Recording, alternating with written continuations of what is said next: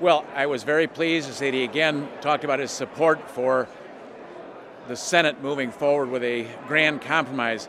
The concern that I have is what has been outlined as the compromise so far is not a good deal for taxpayers, and I believe that he emphasized again it must be good for taxpayers. So there needs to be further increases in the reforms. We've got to send a message to the business community that we're open for business, that we want entrepreneurs, that we want businesses, we want to grow jobs here in this state. And if we pass a big tax increase with minimal reforms, that's sending the wrong message. But the opportunity is there.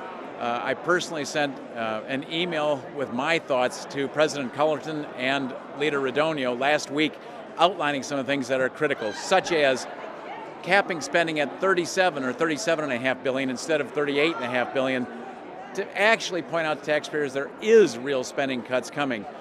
Workman's comp, we certainly could use causation, but truthfully, I could live with what we've got now if we got other things like term limits, because term-limited legislators tend to vote in ways they believe are good for their state, good for the country, and good for their district.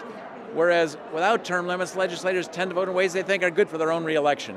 We get a very different state when we have term-limited legislators, and I was glad to hear him point out again that he's going to continue to work on a constitutional amendment to require that.